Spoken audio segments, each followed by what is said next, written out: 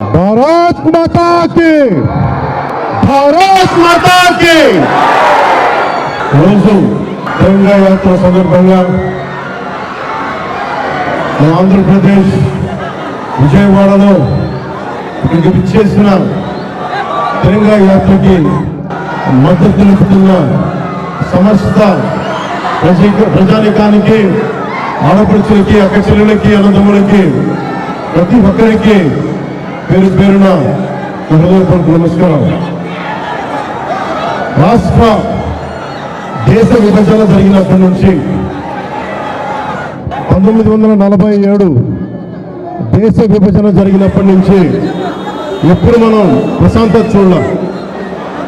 అడ్డగోలుగా లక్షలాదిలో నరికేశారు. అప్పుడు పాకిస్తాన్ విభజనప్పుడు ఆ రోజు నుంచి ఈ రోజు దాకా ఏదో ఒక సందర్భంలో వాళ్ళ దేశాన్ని, పాకిస్తాన్ని వాళ్ళు ఏలుకోలేక బలపడుతున్న మన దేశం, అభివృద్ధి చెందుతున్న మన దేశం ఎలాగైనా సరే దీన్ని వెనక్కి నెట్టాలి, అభివృద్ధిని ఆపాలి అనే ప్రయత్నాలు పాకిస్తానీ కొన్ని దశాబ్దాలుగా చూస్తున్నాం.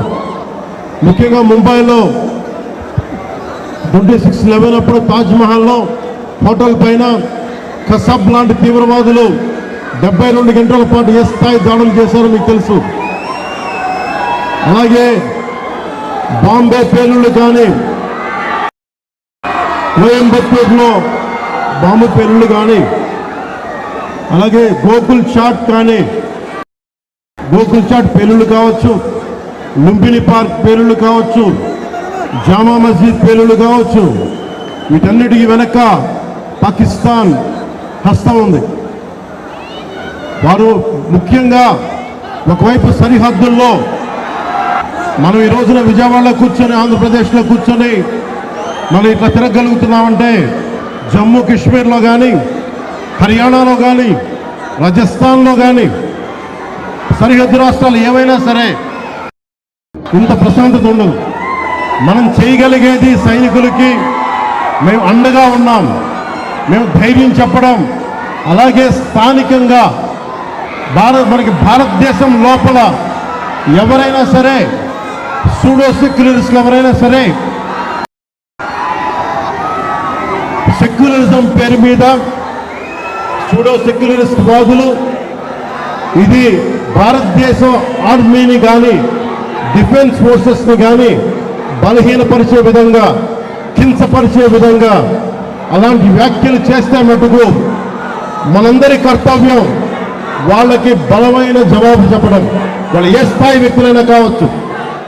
ఇది మనందరం చాలా బలంగా నిర్ణయం తీసుకోవాలి, నిలబడాలి మనం వాళ్ళ కోసం.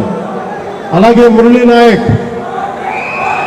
23 ఏళ్ళ కుర్రవాడు మురళీ నాయక్ దేశం కోసం సినిమాలు చూడాల, సినిమాలు చాంటింగ్ చెప్పలా, భారత్ మాతాకి జై చెప్పాడు.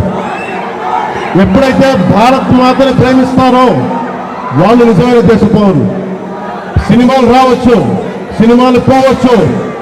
మొన్న టీవీ ఇంటర్వ్యూలో కూడా చెప్పా, సెలబ్రిటీస్ ఎవరు మాట్లాడలేదు, హీరోలు ఎవరు మాట్లాడలేదు, బాలీవుడ్ హీరోస్ ఎవరు మాట్లాడలేదు అంటే